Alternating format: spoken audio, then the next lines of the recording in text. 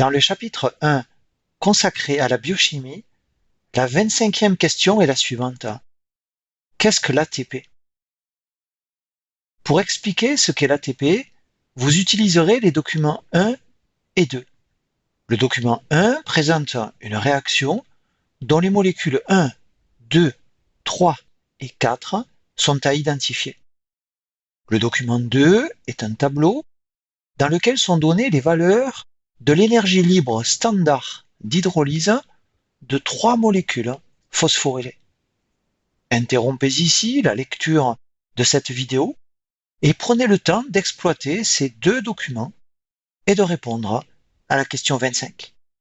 Puis reprenez la lecture de cette vidéo afin de découvrir la réponse à cette question. Commençons par décrire la molécule 1 qui est présentée sur le document 1. Cette molécule contient à la fois du carbone et de l'hydrogène. Il s'agit donc d'une molécule organique. La partie de cette molécule 1 que j'entoure ici en violet est une base azotée. Elle est formée par deux hétérocycles accolés. Il s'agit donc d'une base azotée purique. La numérotation des atomes de ces deux hétérocycles apparaît ici en violet. La présence d'une fonction amine ou NH2 en position 6 permet d'identifier cette base azotée. Il s'agit d'une adénine. La partie de la molécule 1 que j'entoure ici en vert est un glucide simple ou un ose constitué par 5 atomes de carbone dont la numérotation apparaît ici en vert. Ces numéros sont affectés d'un exposant prime pour qu'il n'y ait pas de confusion possible avec la numérotation des atomes du squelette de la base azotée. Cet ose, constitué par 5 atomes de carbone, est donc un pentose, et il s'agit ici de la forme cyclique de ce pentose, ce cycle étant appelé un cycle furanne, et ce pentose est donc aussi appelé un furanose. Son carbone 5' étant situé hors du cycle furanne. Ce pentose est le ribose et non pas le désoxyribose, puisqu'il porte un groupement OH sur son carbone 2', ce qui n'est pas le cas du désoxyribose. Ce ribose est lié à la base azotée par une liaison covalente stable établie entre l'atome d'azote en position 9 de l'adénine et le carbone 1' du ribose. Cette liaison est qualifiée de N-osidique parce qu'elle fait le lien entre un atome d'azote, dont le symbole est la lettre N, et un ose, qui est ici le pentose. Et cette liaison N-osidique est en configuration bêta parce que le carbone 5' du ribose et la base azotée se trouvent du même côté par rapport au plan que constitue le cycle furanne. L'ensemble formé par l'adénine et le ribose est entouré ici en noir. Cet ensemble constitue un nucléoside et plus précisément un ribonucléoside purique, ribo parce que son pentose est un ribose et purique parce que sa base azotée est purique. On construit le nom des nucléosides puriques à partir du nom de leur base azotée et en y ajoutant le suffixe osine. Ce nucléoside est donc appelé l'adénosine. Le carbone 5' du ribose est lié ici à un premier groupement phosphate par l'intermédiaire d'une liaison covalente stable qualifiée de phosphoester.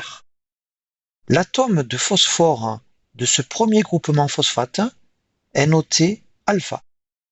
Ce premier groupement phosphate, qu'on appelle aussi phosphate alpha, est lié à un second groupement phosphate par une liaison covalente qualifiée de phosphoanhydride. L'atome de phosphore de ce second groupement phosphate est noté bêta. Ce second groupement phosphate, appelé aussi phosphate bêta, est lui-même lié à un troisième groupement phosphate par l'intermédiaire d'une seconde liaison phosphoanhydride. L'atome de phosphore de ce troisième groupement phosphate est noté gamma et ce troisième groupement phosphate est appelé aussi phosphate gamma. La molécule 1 est donc un nucléoside triphosphate. Il s'agit donc d'un nucléotide dont le nom précis est l'adénosine 5' triphosphate. On peut abréger ce nucléotide par le sigle ATP. En solution aqueuse et à pH 7, les trois groupements phosphates de l'ATP sont ionisés et la forme prédominante de l'ATP est alors un anion ATP 4-. La présence de charges négatives rapprochées au niveau des groupements phosphates de l'ATP occasionne de fortes répulsions électrostatiques qui sont représentées ici par les doubles flèches rouges. Si bien que les deux liaisons phosphoanhydrides sont instables. Ces liaisons sont covalentes, mais elles sont en quelque sorte fragilisées, c'est-à-dire qu'elles peuvent être facilement rompues par hydrolyse. Et comme l'hydrolyse de ces liaisons phosphoanhydrides s'accompagne d'une importante diminution d'énergie libre, ces liaisons ont été qualifiées de liaisons riches en énergie. Pour comprendre la particularité de la liaison phosphoanhydride dans l'ATP, imaginez que deux groupements phosphates successifs de l'ATP, connectés par une liaison phosphoanhydride, soient deux objets qui se repoussent fortement l'un par rapport à l'autre à cause d'un ressort comprimé qui serait présent entre ces deux objets.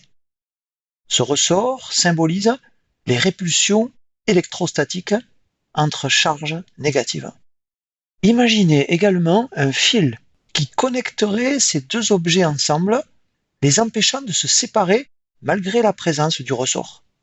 À cause de la présence de ce ressort, la liaison entre ces deux objets est peu stable, favorisant la possibilité d'une rupture de ce fil. Et lorsque ce fil va se rompre, cela va rendre disponible l'énergie potentielle contenue dans le ressort. Ainsi, l'hydrolyse d'une liaison phosphoanhydride va permettre de libérer de l'énergie utilisable par la cellule. Ces liaisons phosphoanhydrides sont donc instables. Les liaisons les plus instables sont celles dont la formation requiert le plus d'énergie et dont l'hydrolyse libère le plus d'énergie. Ce qui explique pourquoi ces liaisons phosphoanhydrides à caractère instable sont qualifiées de liaisons riches en énergie. Mais l'inconvénient de cette appellation est qu'il donne l'impression que ces liaisons sont fortes, alors qu'au contraire, elles sont instables. Il est donc préférable de les appeler des liaisons à haut potentiel d'hydrolyse. Dans la cellule, l'ATP existe sous la forme d'un complexe avec l'ion magnésium ou Mg2+, et les charges positives portées par ce cation ont pour effet de partiellement neutraliser les charges négatives de l'ATP, minimisant la répulsion électrostatique. Et par conséquent, le complexe ATP Mg2+, est moins facilement hydrolysable et donc plus stable que la forme libre de l'ATP. Sur le document 1, la molécule 1 est donc l'ATP et la molécule 2 a pour formule brute H2O. Cette molécule ne contient pas à la fois du carbone et de l'hydrogène, c'est donc une molécule minérale et il s'agit bien sûr de la molécule d'eau. En effet, une réaction d'hydrolyse, comme par exemple ici la réaction d'hydrolyse de l'ATP, nécessite la présence d'eau. Lors de la réaction d'hydrolyse présentée sur ce document 1, l'ATP et l'eau sont les réactifs, alors que les molécules obtenues, qui sont appelées ici molécules 3 et 4, sont les produits de cette réaction. Au cours de cette réaction, la liaison phosphoanhydride entre phosphate gamma et bêta va être hydrolysée. De même, la molécule d'eau va être scindée en OH et H. Et le groupe phosphoryle, ou PO3-, qui est représenté ici en bleu, va être transféré de l'ATP au groupement OH issu de l'eau. L'un des deux produits de cette réaction d'hydrolyse est la molécule 3, qui est, comme la molécule d'ATP, une molécule organique, et plus précisément un nucléotide. Mais contrairement à l'ATP qui contient 3 groupements phosphate, ce nucléotide n'en contient plus que 2, c'est-à-dire les groupements phosphate alpha et bêta. Cette molécule 3 est donc un nucléoside diphosphate qu'on appelle l'adénosine 5' diphosphate ou ADP, et à pH 7, sa forme prédominante est l'anion ADP 3-. L'ADP est donc un anion qui est moins chargé que l'ATP, si bien que la répulsion entre charges négatives est moindre que dans l'ATP. La molécule 4, qui ne contient pas à la fois du carbone et de l'hydrogène, est donc une molécule minérale. Il s'agit du phosphate inorganique, abrégé par PI, et dont la formule brute est HPO4 2-. Cette molécule 4 est formée par le groupe phosphoryle représenté en bleu que l'ATP a perdu et qui s'est lié au groupement OH issu de l'eau. L'ADP et surtout le PI sont des molécules qui présentent une meilleure stabilité que l'ATP. Ces deux produits de la réaction ont donc un niveau énergétique moins élevé que l'ATP. La plus grande stabilité de l'ADP et du PI par rapport à l'ATP de départ favorise cette réaction dans le sens de l'hydrolyse de l'ATP. Le ΔG de l'hydrolyse de l'ATP est la variation d'énergie libre qui se produit au cours de la réaction d'hydrolyse de l'ATP. Et le potentiel d'hydrolyse de la molécule ATP correspond au ΔG de son hydrolyse. On donne dans le document 1 le ΔG0' de la réaction d'hydrolyse de l'ATP en ADP. Le ΔG0' correspond à la variation d'énergie libre standard, c'est-à-dire dans des conditions où les concentrations initiales des réactifs et des produits sont de 1 mol par litre, où la température est de 25 degrés Celsius, soit 298 degrés Kelvin, où la pression est de 1 bar et où le pH est égal à 7. Le ΔG0' de la réaction d'hydrolyse de l'ATP en ADP est égal à moins 30,5 kJ par mol. Comme ce ΔG a une valeur négative, cela signifie que cette réaction d'hydrolyse est spontanée d'un point de vue thermodynamique et que sa réalisation s'accompagne d'une libération d'énergie libre. L'hydrolyse de l'ATP en ADP est donc une réaction exergonique. Mais cette valeur du ΔG0' ne correspond pas à la véritable énergie libérée dans les cellules par l'hydrolyse de l'ATP en ADP, notamment parce que le ΔG0' ne prend pas en compte les concentrations réelles des réactifs et des produits. Et dans des conditions cellulaires typiques, le ΔG réel de l'hydrolyse de l'ATP en ADP est d'environ moins 55 kJ par mol. L'énergie libre réelle, libérée au sein de la cellule par l'hydrolyse de l'ATP en ADP, est donc bien plus élevée que dans les conditions standards. Évoquons maintenant la réaction inverse par rapport à l'hydrolyse de l'ATP en ADP. Cette réaction inverse, mentionnée ici, est la réaction de phosphorylation de l'ADP en ATP. Et le delta G0' de cette réaction est donc cette fois de plus 30,5 kJ par mol. Cette réaction de synthèse d'ATP est donc cette fois au contraire endergonique, c'est-à-dire qu'elle nécessite un apport d'énergie pour pouvoir se réaliser. Et dans la situation réelle des conditions cellulaires, cette réaction de phosphorylation de l'ADP en ATP nécessite un apport d'énergie d'environ 55 kJ par mol. Retenons que la molécule d'ATP constitue l'unité universelle d'énergie libre des systèmes biologiques, une sorte de monnaie énergétique utilisée par toutes les cellules. L'hydrolyse de l'ATP en ADP libère de l'énergie, alors que sa synthèse à partir d'ADP nécessite au contraire de l'énergie.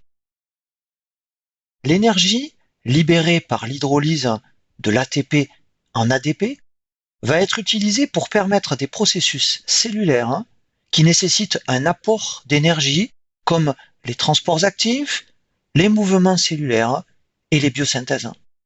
Par exemple, l'hydrolyse de l'ATP est nécessaire au fonctionnement de l'ATPase NAK présente sur la membrane plasmique de nos cellules.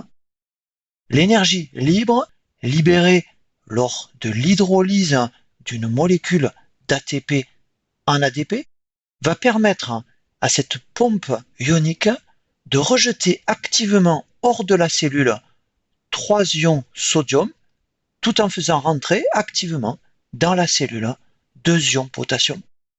De même, l'hydrolyse de l'ATP en ADP par les molécules de myosine va permettre la contraction musculaire. La tête de myosine fixe et hydrolyse l'ATP, puis le PI et l'ADP s'en détachent, ce qui permet à la tête de myosine fixée au filament d'actine de pivoter et donc de tirer ce filament d'actine dans le sens des flèches horizontales bleues. En hydrolysant l'ATP, la myosine convertit donc l'énergie chimique de l'ATP en énergie mécanique. L'ATP est aussi l'un des 4 nucléotides précurseurs des ARN. Et l'ATP permet aussi la synthèse des nucléosides triphosphates qui sont les précurseurs de l'ADN et des ARN. L'ATP est également le précurseur d'une molécule intracellulaire appelée l'AMP cyclique ou AMPC. Et ce nucléotide cyclique est le second messager de certaines hormones comme le glucagon ou bien l'adrénaline. Nous avons évoqué l'instabilité de la molécule d'ATP, son hydrolyse étant une réaction spontanée, thermodynamiquement favorable. Mais la vitesse d'hydrolyse de l'ATP en solution aqueuse est relativement faible en raison de l'énergie d'activation qui est nécessaire d'apporter pour pouvoir hydrolyser l'ATP. Et seule l'intervention d'une enzyme permettra d'accélérer cette hydrolyse et donc de tirer profit de l'énergie potentielle de la molécule d'ATP. On dit que la molécule d'ATP est métastable, c'est-à-dire que d'un point de vue thermodynamique, elle est condamnée tôt ou tard à être hydrolysée, mais qu'elle va exister dans la cellule sous forme d'ATP tant qu'elle ne sera pas mise en présence d'une enzyme à activité ATPasique. Et ainsi, la pompe ionique NAK ou bien la myosine, dont l'activité nécessite une hydrolyse de l'ATP, sont des exemples de protéines pourvues d'une activité enzymatique de type ATPase, c'est-à-dire catalysant l'hydrolyse de l'ATP en ADP. L'hydrolyse de l'ATP peut aussi avoir lieu au niveau de la liaison phosphoanhydride qui connecte entre eux les groupements phosphate bêta et alpha. Dans ce cas, les produits de cette hydrolyse de l'ATP sont d'une part l'adénosine 5' monophosphate ou AMP qui porte deux charges négatives et d'autre part le pyrophosphate ou PPI. Cette réaction d'hydrolyse de l'ATP en AMP a un delta G0' de moins 32,2 kJ par mol. Cette réaction est donc exergonique et l'énergie qu'elle fournit pourra être utilisée dans certaines réactions cellulaires. Mais dans les cellules, cette hydrolyse de l'ATP en AMP est moins fréquente que l'hydrolyse de l'ATP en ADP. Notons que le pyrophosphate contient encore une liaison phosphoanhydride et le delta G0' de l'hydrolyse du PPI est également négatif, si bien que l'hydrolyse du PPI est aussi exergonique. Le PPI est une molécule hautement instable et comme les cellules contiennent des enzymes pyrophosphatases, l'hydrolyse de l'ATP en AMP et PPI est immédiatement suivie par l'hydrolyse du PPI en 2-phosphate inorganique, ce qui rend très irréversible l'ensemble du processus qui conduit de l'ATP à l'AMP et aux 2-phosphates inorganiques. Les valeurs des énergies libres standards d'hydrolyse, delta G0', offrent un moyen commode de comparer le potentiel de transfert de groupes phosphoryles de différentes molécules phosphorylées. Le document 2 donne les valeurs exprimées en kJ par mol de l'énergie libre standard d'hydrolyse de molécules phosphorylées. Et j'ai rajouté dans ce tableau une ligne qui apparaît ici en rouge et qui rappelle la valeur du delta G0' d'hydrolyse de l'ATP en ADP. L'énergie libre standard de l'hydrolyse de l'ATP en ADP est de moins 30,5, alors que celle du glucose 6-phosphate est moins négative, puisqu'elle est seulement de moins 13,8. L'ATP a donc une tendance plus forte que le glucose 6-phosphate à transférer son groupement phosphoryle terminal à l'eau pour former du phosphate inorganique. L'ATP a donc un potentiel de transfert de groupe phosphoryle plus élevé que celui du glucose 6-phosphate.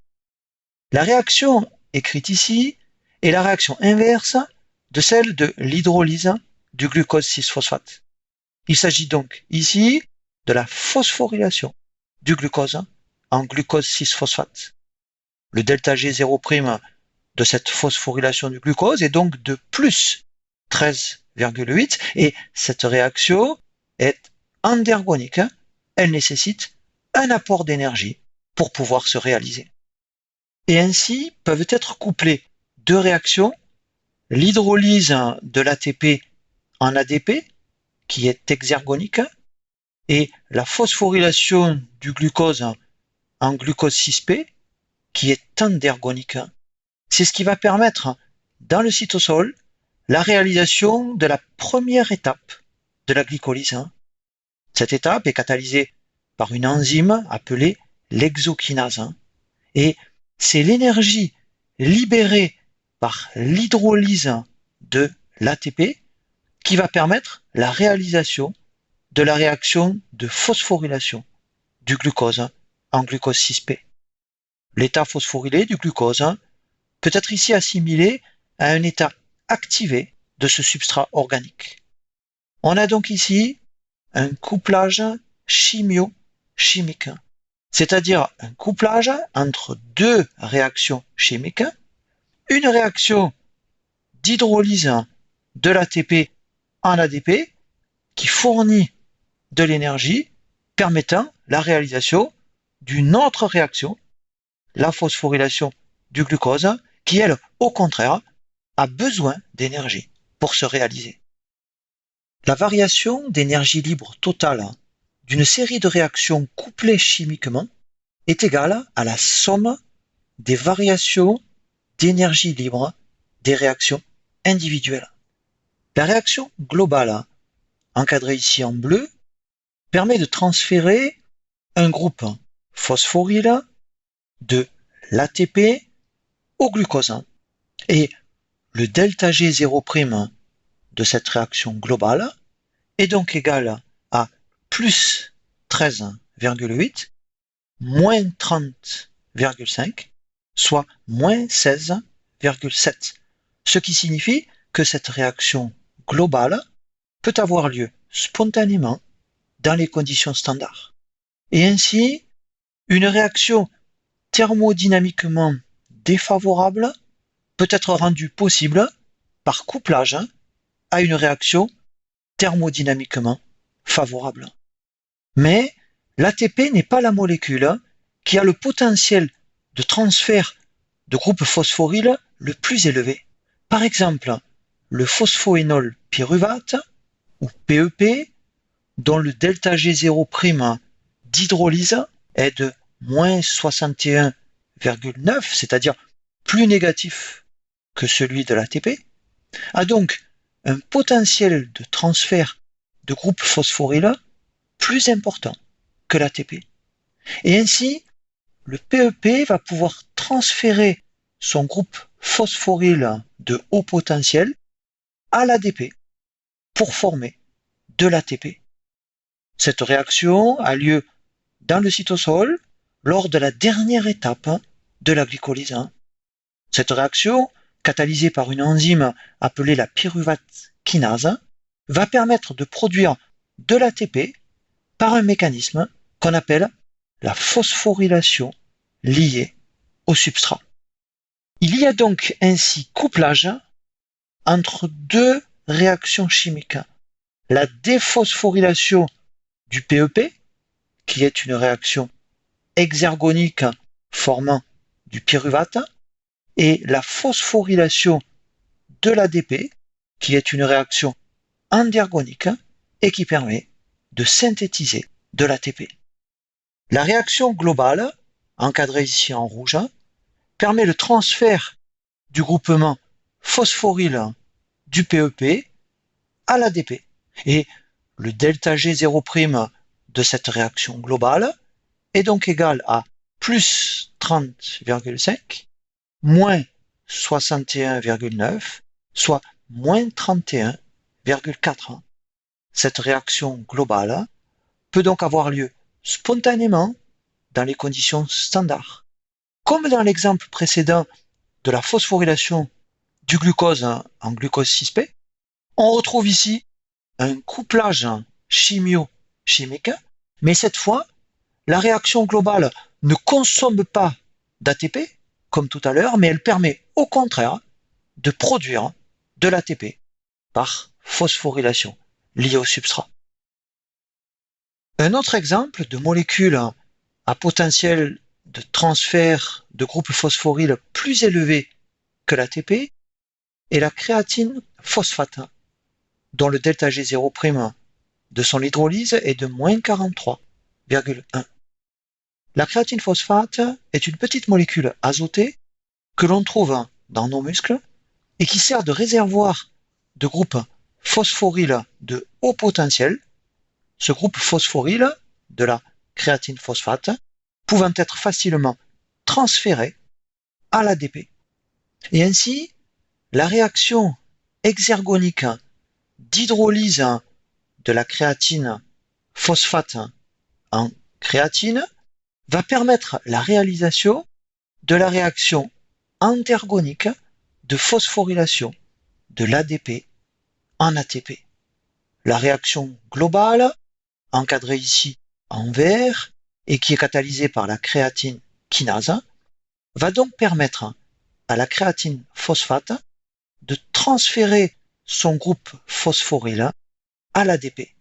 Et on a donc à nouveau ici un couplage chimio-chimique.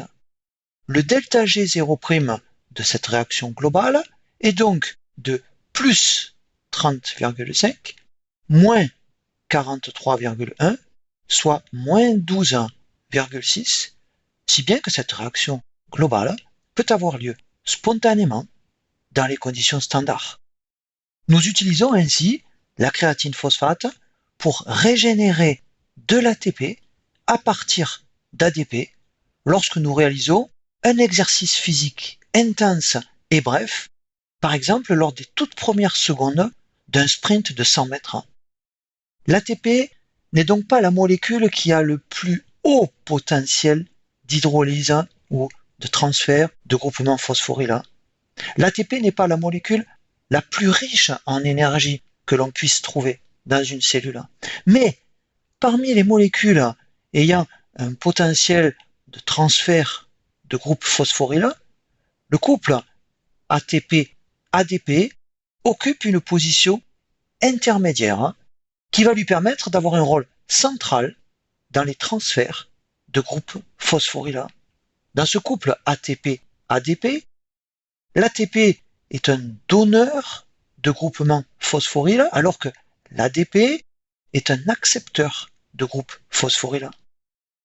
Comme les transferts de groupe phosphoryle jouent un rôle clé dans le métabolisme et que l'ATP occupe une position intermédiaire parmi les molécules ayant un potentiel de transfert de groupe phosphoryle, la molécule ATP constitue donc un vecteur d'énergie qui va jouer un rôle essentiel dans la cellule. Cependant, la concentration en ATP dans les cellules est très faible, alors qu'un organisme consomme continuellement de très grandes quantités d'ATP. L'ATP n'est donc pas une molécule de stockage de l'énergie, puisqu'elle est consommée très rapidement, et elle doit donc être renouvelée en permanence. Et ainsi, comme nous l'avons vu avec l'exemple de la dernière étape de la glycolyse, où le groupe phosphoryle du PEP était transféré à l'ADP, l'ATP peut être synthétisé par phosphorylation liée au substrat, mettant en jeu un couplage chimio-chimique. Et dans les cellules, une partie de l'ATP est ainsi produite par phosphorylation liée au substrat, c'est-à-dire par transfert enzymatique d'un groupe phosphoryle qui provient d'un substrat organique et qui est transféré directement à la molécule d'ADP, laquelle se trouve ainsi phosphorylée en ATP. L'ATP peut être aussi produit par couplage osmochimique, par exemple dans les mitochondries ou dans les chloroplastes. Ce mécanisme de synthèse d'ATP repose sur l'existence d'un gradient de protons, c'est-à-dire d'ions H+, de part et d'autre d'une membrane, par exemple de la membrane mitochondriale interne ou bien de la membrane des thylakoïdes du chloroplaste. Et c'est le retour passif des protons au travers des ATP synthase qui va fournir à ces enzymes l'énergie nécessaire à la phosphorylation de l'ADP en ATP. Dans le cas des mitochondries, l'oxydation de la matière organique aboutit à l'obtention d'un pouvoir réducteur sous la forme de coenzymes réduits. Et ces coenzymes vont être réoxydés au niveau de la chaîne respiratoire qui est localisée au niveau des crêtes que forme la membrane interne mitochondriale. Le fonctionnement de cette chaîne de transport d'électrons entraîne une translocation de protons dans l'espace intermembranaire. Et c'est le retour passif des protons vers la matrice de la mitochondrie au travers des ATP synthase qui va permettre ensuite la synthèse d'ATP. Ce mécanisme de synthèse d'ATP par la mitochondrie, mettant en jeu les ATP synthase, est appelé la phosphorylation oxydative. Dans le cas du chloroplaste, l'énergie lumineuse va permettre le fonctionnement de la chaîne photosynthétique qui est située sur la membrane des thylakoïdes. Le fonctionnement de cette chaîne de transport d'électrons va entraîner une translocation de protons dans l'espace intrathylakoïdien. Puis, le retour passif des protons vers le stroma au travers des ATP synthase de la membrane du thylakoïde va permettre la synthèse d'ATP. Cet ATP, ainsi produit, sera ensuite utilisé dans le stroma du chloroplaste pour synthétiser des glucides. Ce mécanisme de synthèse d'ATP par le chloroplaste, mettant en jeu les ATP synthase, est appelé la photophosphorylation. En résumé, l'énergie libre libérée au cours de l'hydrolyse de l'ATP est utilisée pour permettre des réactions qui nécessitent un apport d'énergie. Et inversement, de l'ATP est formé à partir d'ADP grâce à une source d'énergie qui peut provenir soit de l'oxydation de la matière organique dans le cas de la mitochondrie, soit de l'énergie lumineuse dans le cas du chloroplaste. La réponse à cette question 25 peut donc être énoncée de la façon suivante. L'ATP, ou adénosine 5' triphosphate, est un nucléotide formé d'un ribose qui est lié d'une part à une adénine et d'autre part à une chaîne de 3 groupements phosphate. Lors de l'hydrolyse de l'ATP en ADP, c'est-à-dire en adénosine 5' diphosphate, l'ATP va perdre son groupe phosphoryle terminal, ce qui libère de l'énergie utilisée pour de nombreuses réactions qui nécessitent de l'énergie. Par exemple, des biosynthèses, des transports actifs, des mouvements cellulaires. L'ATP est la monnaie énergétique des cellules. L'ATP constitue le principal donneur de groupes phosphoryles. L'ATP est aussi l'un des nucléotides précurseurs des ARN. L'ATP, consommé dans la cellule, est synthétisé à partir d'ADP par phosphorylation liée au substrat, par phosphorylation oxydative dans la mitochondrie et par photophosphorylation dans le chloroplaste. Dans la prochaine vidéo, nous verrons ce qu'est un acide nucléique.